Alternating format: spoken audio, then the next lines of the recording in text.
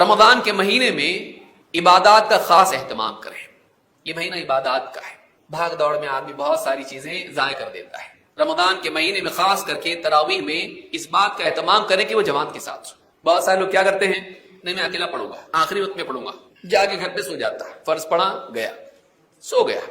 آخری وقت میں بیوی کب اٹھاتی ہے، اٹھیے سحری کا وقت ختم ہونے میں، کیونکہ موبائل فون رات بھر دیکھتے بیٹھا ہے، 2 بجے تک گپ شپ کر کے گھر پہ آیا ہے.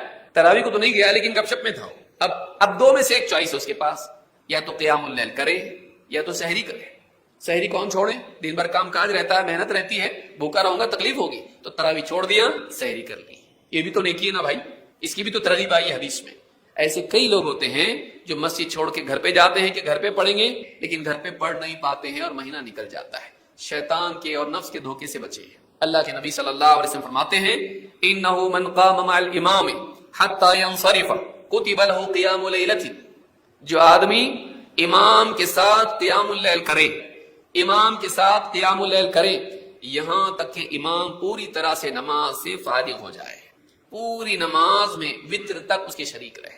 کچھ لوگ آدھی پڑھ کے چلے جاتے ہیں، نہیں، امام کے ساتھ پوری نماز میں شریک رہے یہاں تک کہ وہ فارغ ہو جائیں. نماز ختم ہو گئی تراویح کی، کتب له قیام لیلۃ، اس کے لیے پوری بقیہ رات عبادت کرنے کا ثواب ہوتا ہے. اکیلے پڑھنے میں یہ نہیں ہے، اس کی اپنی فضیلت ہے، اس میں اخلاص آسان ہوتا ہے.